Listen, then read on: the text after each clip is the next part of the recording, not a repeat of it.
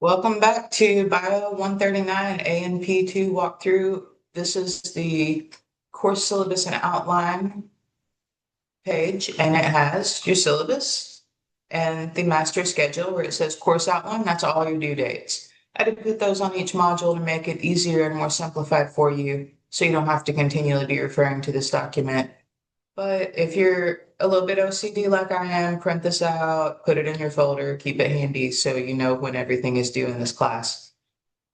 The syllabus is really what I want to discuss with you on video. So you can read this on your own. I'm going to also go through it with you today. File 139, I'm your instructor, Brooke Coffey. This is not my office hours. These are Dr. Kilgore's office hours. She's our department leader for this class. I have a virtual office, so I'm available by appointment on Zoom or Teams or phone call, but I don't have an office locally that you can walk into because I'm in Ohio.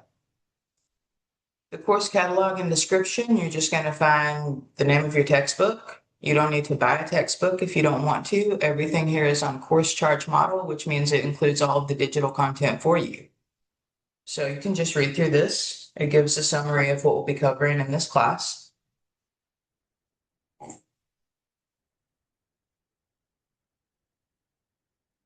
General education competencies. This section tells what you would expect to learn as a result of the class or competencies that you would develop.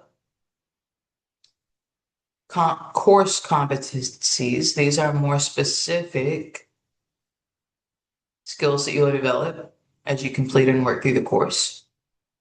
Course outline. This is an outline showing chapter by chapter what content we'll be covering.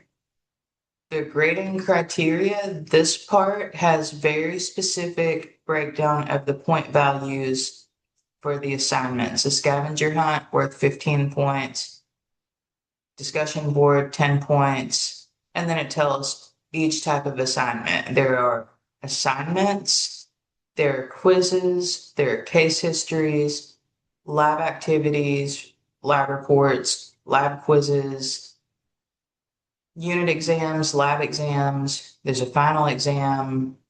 And so this is a breakdown. This whole class is worth 1,325 total points.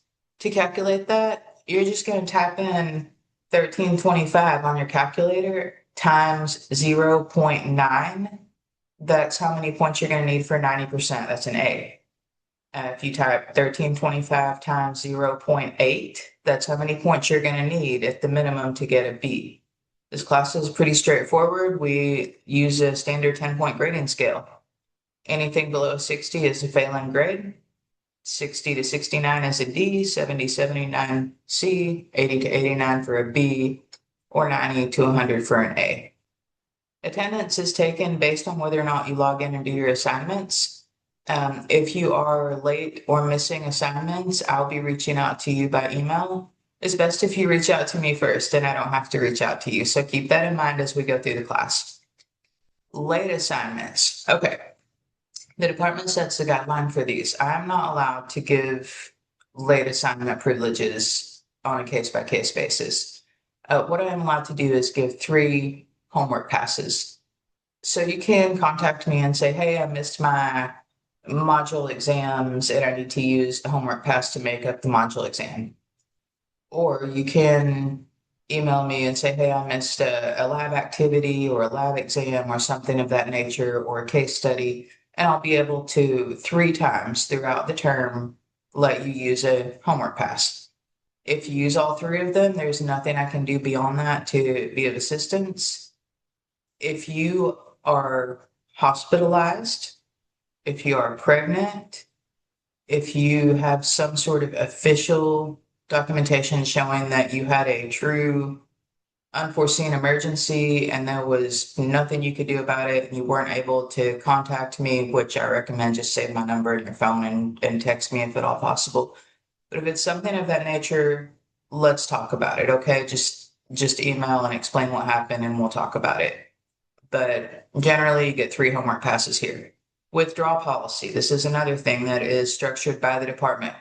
It has nothing to do with what I want or don't want.